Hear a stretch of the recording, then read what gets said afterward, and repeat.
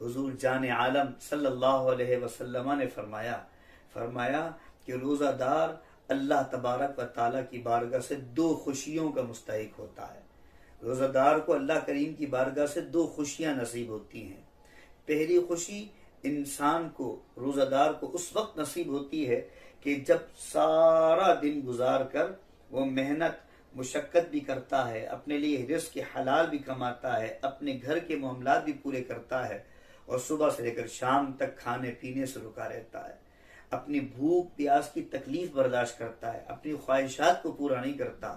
और जब ऐन इफ्तार का वक्त होता है तो उस पाक परवरदिगार की खुशी के लिए, जिसकी रजा और चाहत के लिए सारा दिन वो भूखा प्यासा रहा, अब वो रोजा इफ्तार करता है, तो जो खुशी उसे रोजा इफ्तार करते हुए होती है, तो फरमाया अल्लाह तबारक व ताला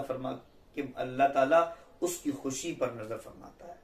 और उसको वो खुशी नसीब होती है। दूसरी खुशी, जब अल्लाह तबारक व ताला बंदे को, रोजादार को रोजे का इनाम अता फरमाएगा और ये शख्स अपने रब का दीदार करेगा, अपने रब के हुजूर पेश होगा। तो हुजूर ने फरमाया रोजादार को दो खुशियां नसीब होती हैं। एक खुशी जब वो इफ्तार करता है, दूसरी खुशी उस वक्त नसीब होती है जब वो अपने रब के हुजूर पेश होकर उसका दीदार करेगा।